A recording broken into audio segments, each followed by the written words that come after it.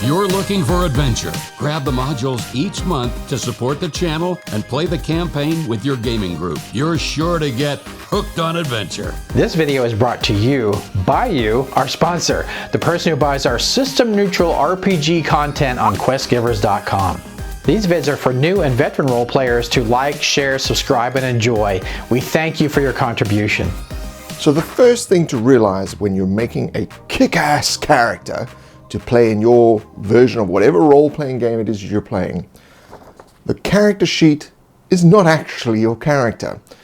Your character is not their job, the character is not their things, the character is not really the background story. The character is the personality that you bring to the character as a player.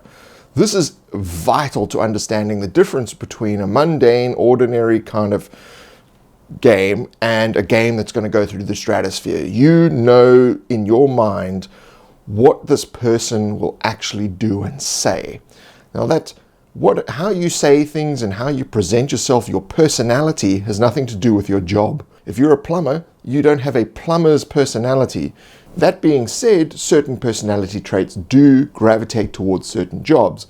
It's unlikely that a pacifist would become a fighter, but they may very well become a wizard. On the other hand, a boisterous rebel may very well gravitate towards being a fighter. Let's talk about backgrounds, right? That can be really important for your character, but be careful of getting stuck in tropes, right? Particularly the traumatic background. It's so easy to fall into that trope. You know, you don't want to go to the table and all the other players are like, oh yeah, my father was killed by the six-fingered man too. So, yeah, you want to be careful of that. Your character doesn't have to have a traumatic background. They could have had a perfectly fine upbringing and they came into adventuring some other way, some other interesting way. But if you are going to use a traumatic background, just don't have it the kind of standard one. Have something interesting, right? So my character on my online game, my paladin, I did something interesting with him. He had a traumatic background, but what happened was, he was a soldier and he woke up in a battlefield of corpses, like that both sides had totally wiped each other out, and somehow miraculously he survived.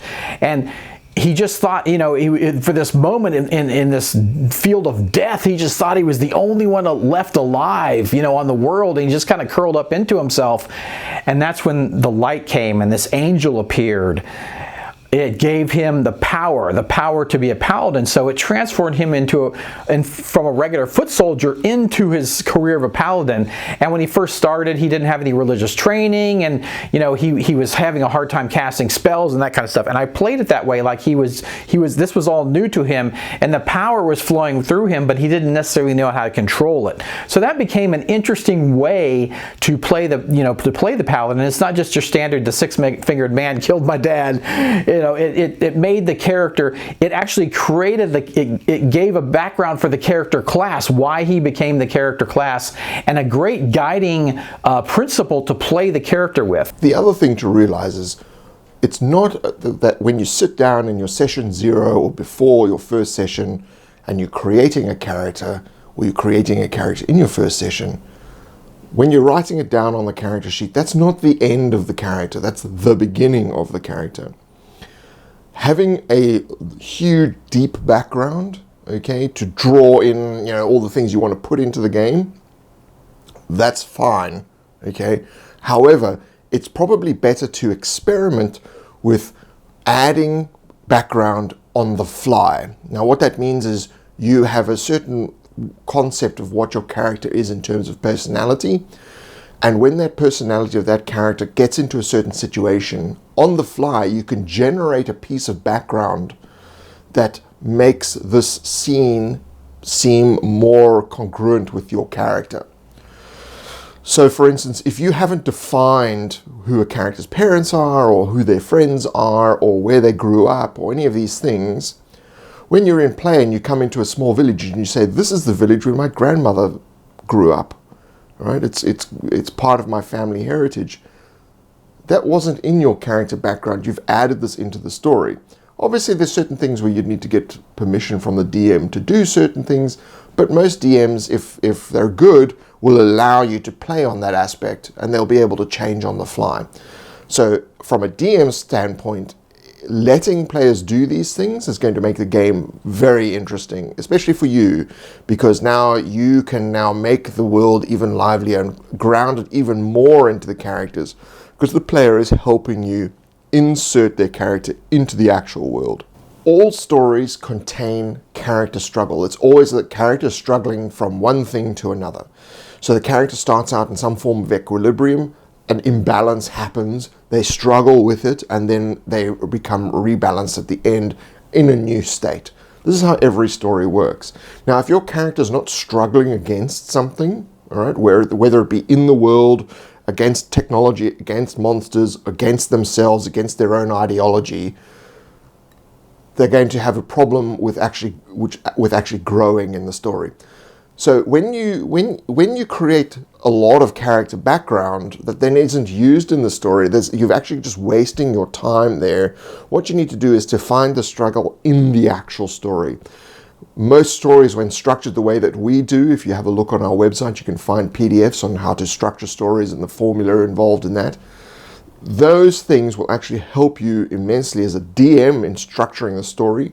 And then if a player comes along, like if you're the player, and you are then using these to then insert your character backgrounds in while you're playing, this is going to endear your character more to the world, and the story gets better. There's those players that fall in love with their character and they want to define everything about the character, so they write this crazy 10-page backstory, right? And then they slap it to you, the game master, and expect you to put it in the game, all right? Well, I don't think players should go that way. I think players should keep it simple and easy and a very limited backstory, and I'll tell you the reason why. So when you're writing your backstory, just do a couple sentences maximum per paragraph, because you want to fit in the campaign. I think you don't want to make the game revolve around your character, right? You don't want to make the story, your background, the DM has to do somersaults to make the story fit your background. Why not do this? Why not have that limited background? Then you and the game master can take cues from each other about when to interject yourself in the story, because not only are you creating the future of your character, what's happening now, but you're also creating the backstory of your character as you can do that in the campaign as you go. And if you write a really strict background about this happened, this and this and this and this, you don't have any room to maneuver. So I like to keep it simple and easy, so then the DM has an idea of why I'm playing the character the way I am, but they don't have to fit all that background of my character into the story. I fit myself into the story collaboratively, not forcing the game master to fit me in, fit my background in. So I really like that and enjoy that. And if you're not that kind of player, think about being that kind of player, because it's really what the game is about. It's really what separates role playing from just a normal game. You're creating a collaborative story, right? And there's nothing that says you can't create a collaborative story of the past of your character. It doesn't have to be written in stone. That can come up when it seems appropriate in the game and you feel it would be interesting in the story. So like I say, when you've written it all out, you don't have that room. Don't be an I do this type of character or type of player. The problem with that is everyone does that at the table. It's like, I hit them with my sword, I kick the bucket, I go into town, I open the door. There's no flourish, there's no sort of drama to what it is that you're doing. When you're actually performing actions, and first of all, I must say that you have to do this succinctly. Don't just sort of, take the stage and now do this, long-winded speech. That's not what this is about. What we're talking about is adding the flair in. So it's not just, I open the door.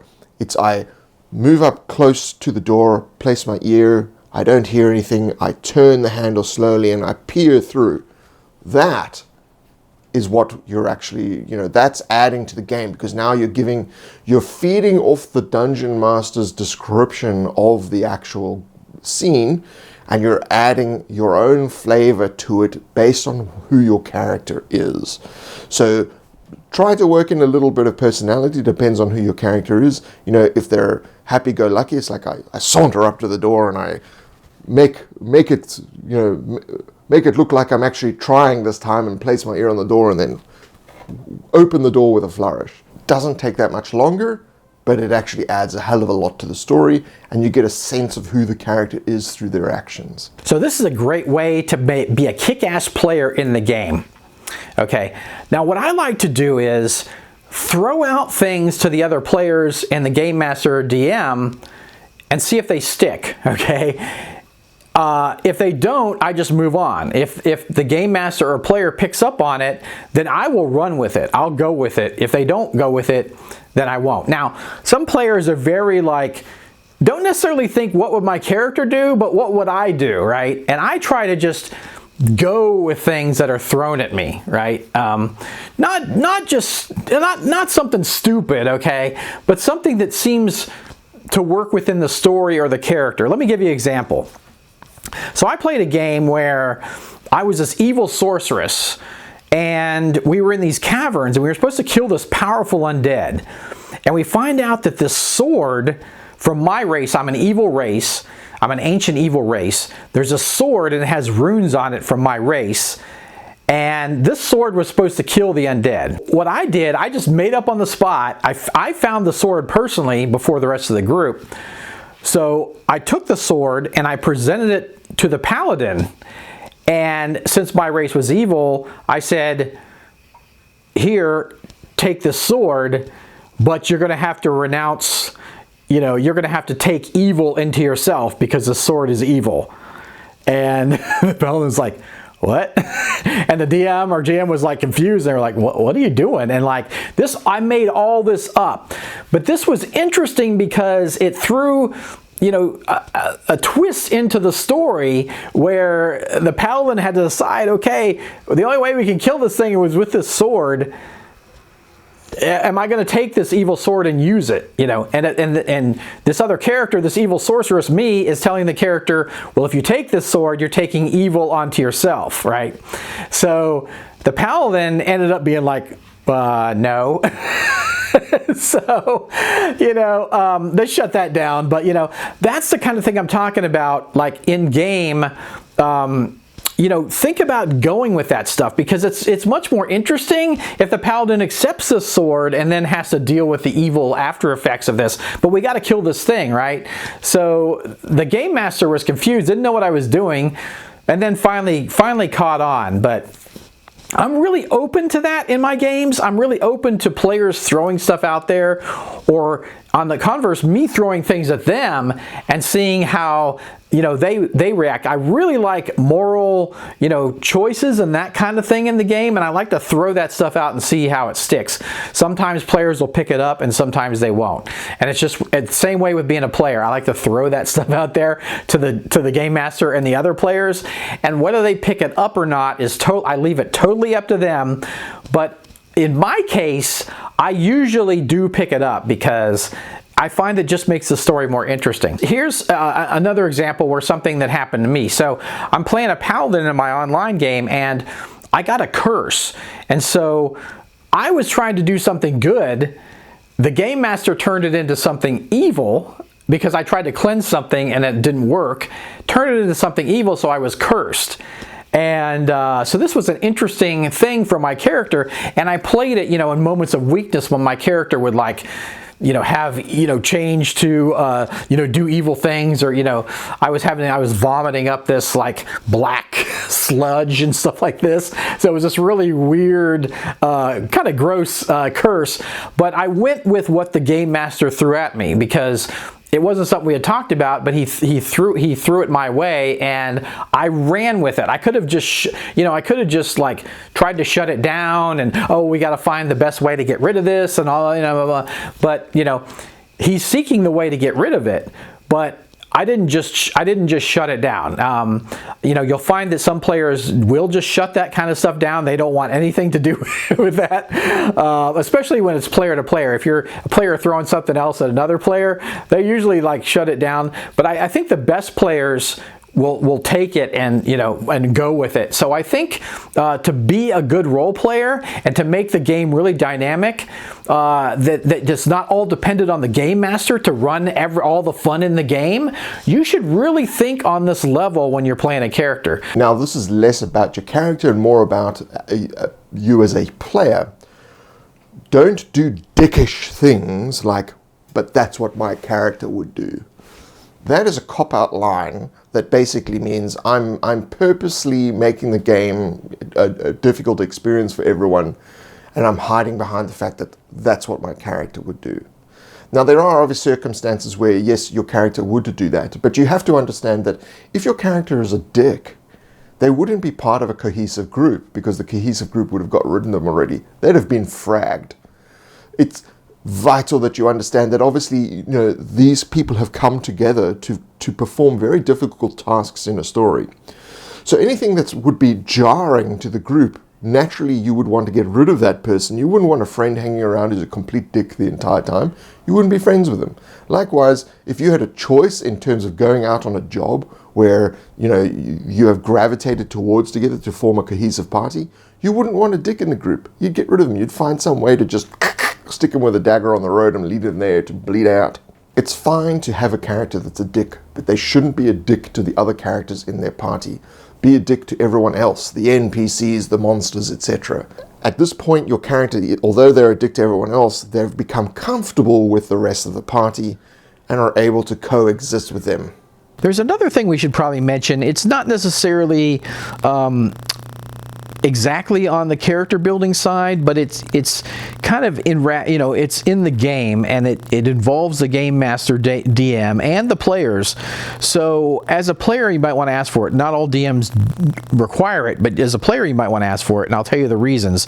It's session 0. Okay, if you're not familiar with session 0, it's just a session where you get together, you decide your expectations for the game, and the players can decide what kind of game they want to run with the game master, like what characters they do, what skills they have, if their backgrounds connect, and all this kind of thing. And that's a great space where you can do that. But it can go even further than that, because you can find out, you can tell the game master, okay, we want to do more of a sword and sorcery than a traditional background. So the game master could make it easier to die and this kind of thing. And if the game master foists that on you without your consent, it can be annoying if you're expecting a high fantasy game. So that's a good way to get your kick-ass character, how you want to play your kick-ass characters in the mind of the game master and DM,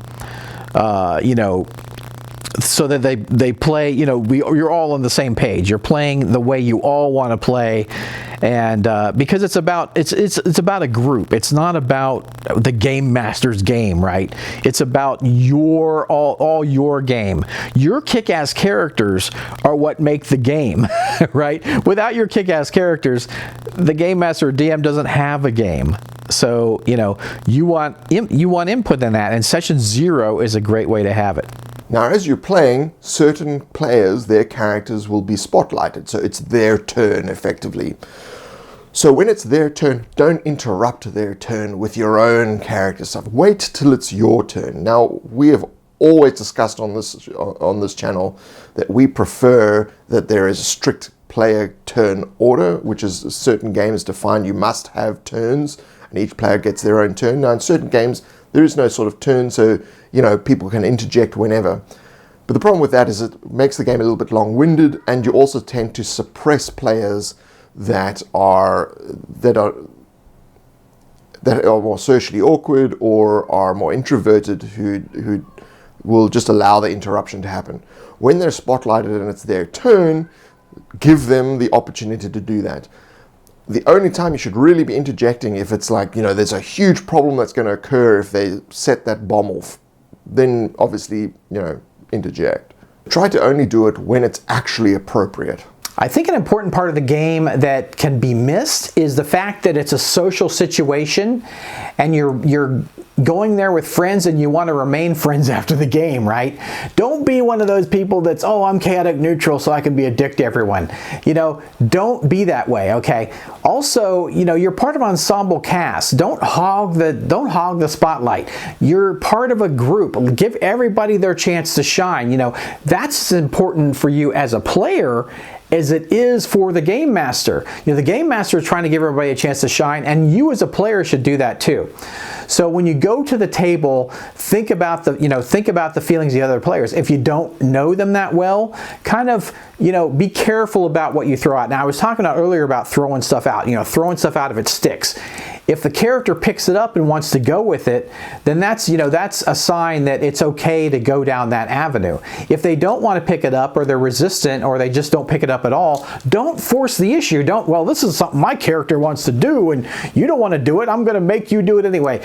Don't do that. Don't be that kind of a role player. You always want to respect the people around the table, and if you just force yourself on the group by just hogging time in the game, or forcing role-playing things on other players that aren't receptive to it, then you are not being a kick-ass player. You're being an annoying player, and a lot of those players get thrown out of games. So be a team player. Be a player that respects the other players. I want to talk a little bit about something I had in my game. I've never done this before, but somebody wanted to play an evil character, and I worked it into the game because I knew the group could handle it, right? So they're against it. They're each kind of working against each other, but they need each other to get to the final goal. So this character isn't constantly jerking the other characters over. He's done some shady things, but he's not just being a crazy homicidal maniac, right? He's being clever with his evil, okay? Just because someone's evil doesn't mean they have to go nuts and get the party in trouble, every place they go, and put goats and catapults and stuff. You can play an evil character that still fits into the group. They need each other, and they've saved each other numerous times with their different abilities and that kind of thing. So it's fun to have that dynamic, but make sure your group can handle that, okay? If you have a mature group that can handle that, then that's great. If you don't, then I would stick away from that. But the best thing you can take away from this is if you're a player, that you should respect everyone at the table and don't hog time. Like, give everybody their time to shine. And what you can do is you can set yourself up to give them time to shine. So that's a really awesome thing you can do in the game also. Be very careful about doing things that can break the game. So not necessarily rule mechanics, breaking the rule mechanics, finding a way to break the rules.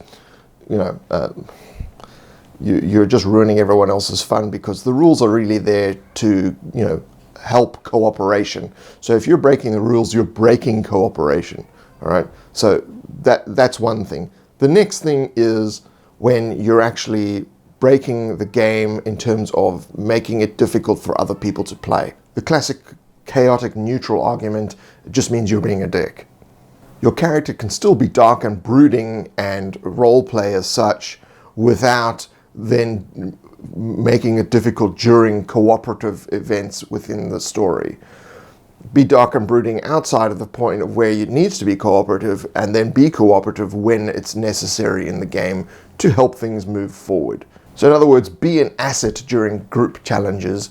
Description of your character is great at the table. It really evokes a feeling. It evokes, who your character is and what they're doing, and that is great. But be careful about how much you use and when you use it. Say you're fighting in a combat and you kill an orc or something, and the DM wants you to say, describe how you did it. Well, if you say your sword flashes and you see the blood and all this stuff, and then you go into, well, I had a bath this morning. I hadn't bathed in a month, and I used rose water on my hair, and it smells wonderful. And the rose smell is wafting through the room, and you notice my skin, and I've used some oils on it. It just looks really nice and young and fresh. And as you go on about this, the next person's waiting for their combat turn. You know what I'm saying? It's like, be succinct in your descriptions. Use enough to get what you want to get across, but don't just keep going and use too much, or just use off the subject. If you just keep going off the subject and describing, it really can ruin the pace of what the DM is carefully setting up. The GM is carefully set up this pace. So be careful about interfering in that, and pay attention, what's going on at the table, so your descriptions are adding to the action, not slowing the game down, okay? So think before it comes out of here. And I am not saying don't describe, because you want to describe. You want to describe what's going on. That's the way the players see the game. You want to describe it. But like I say, you don't want to keep going on, like I could be doing with this, what I'm talking about right now, keep going on and on and on about, you know, what's happening at the table. So yeah, keep it succinct, keep it, you know, story focused, keep it moment focused, and you'll be gold. You'll be great, and you'll be the kind of character that people remember for those great moments in the game, not someone that blathered on about their, you know, hair, right? I mean, I have great hair and it does smell like roses. Wonderful. Your character's inner thoughts are inner thoughts.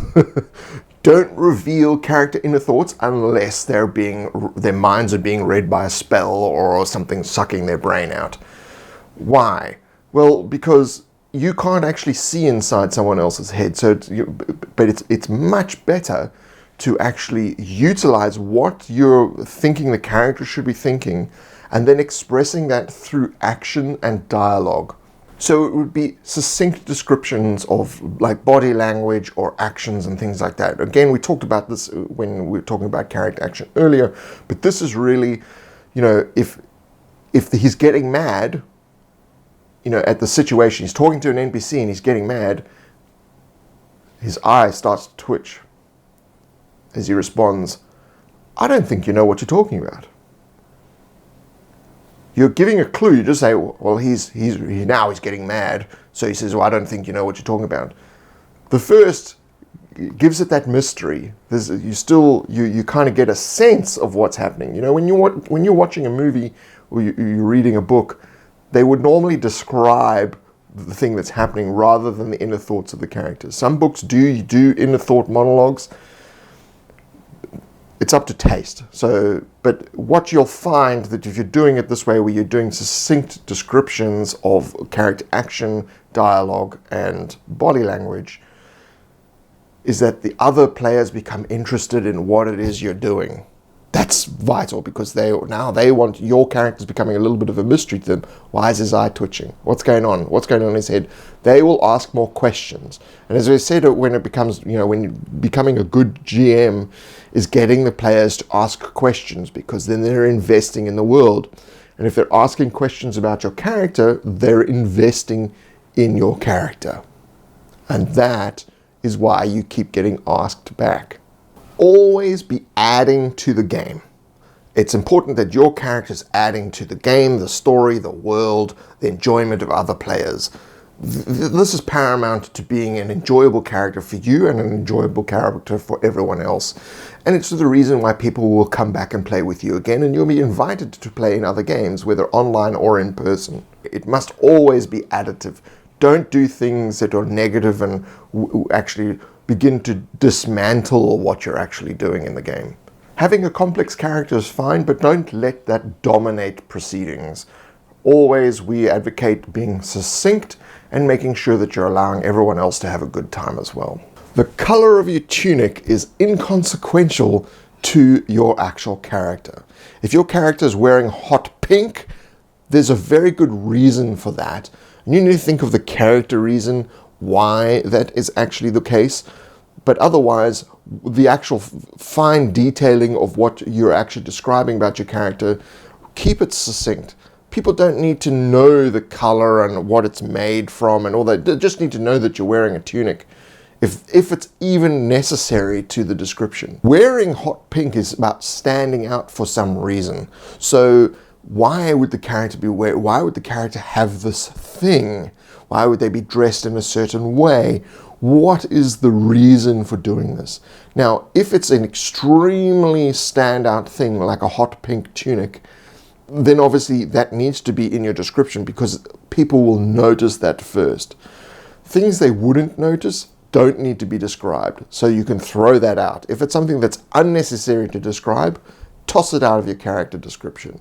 A gruff-looking gentleman with a beard sitting in the corner of the tavern harumphs at the stale ale dropped down in front of him.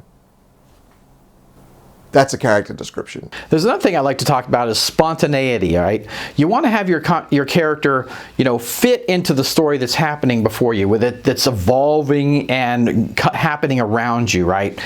But I as a player and a DM, I like preparation for my games. Even if I change a lot of stuff in the game, I like to have a certain preparation. So I have, a mindset of where it could go, but I'm always open to change. And you should be that way as a player too.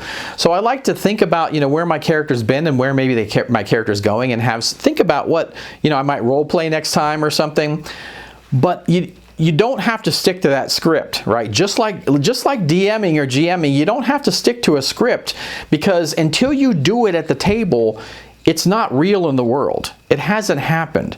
So think about, before you do your bit that you might have brought to the game, does it fit, does it still fit in the game? Maybe the story went a different direction you didn't expect, or maybe you just don't have time, or maybe another player is shining and you don't want to take away their moment. Always think about the spontaneity of how you're going to react to things that happen. You just kind of got to be open to it. You got to let it come in and take it in, and you have time to think. People have their turn. Generally, it's not, okay, come up with something, it's your turn. Generally that doesn't happen. Generally, people, the way that the game works, it's a conversation. You're sitting around the table, so you have time to think. You're not just suddenly put on the spot. Usually you're not put on the spot. So think about how what you want to do fits into the rest of the story, fits into the game, but really be open to the spontaneity of the moment. Your character's a living, breathing, growing person, and it should react that way. It should react that way. But the thing is, there's so many variables. It's not like a script that's like set in stone. There's so many variables that happen that you want to be open to that. So it's basically a talk saying, let yourself be open to that. Our Kickstarter starts on September 1st, where you can get all 12 modules from our ongoing North Road campaign and the 4 quick quests as well. So that's very soon, so check that out. There will be links being sent over social media and all that sort of stuff. It's getting close. So we will see you next Friday, because we bring out a new video every Friday. This one up here is a video that we put out that you'll be interested in. This one here is recent. And you can subscribe up here and click the bell to receive notifications of when new videos come out. Thank you for joining us, and we will see you next time.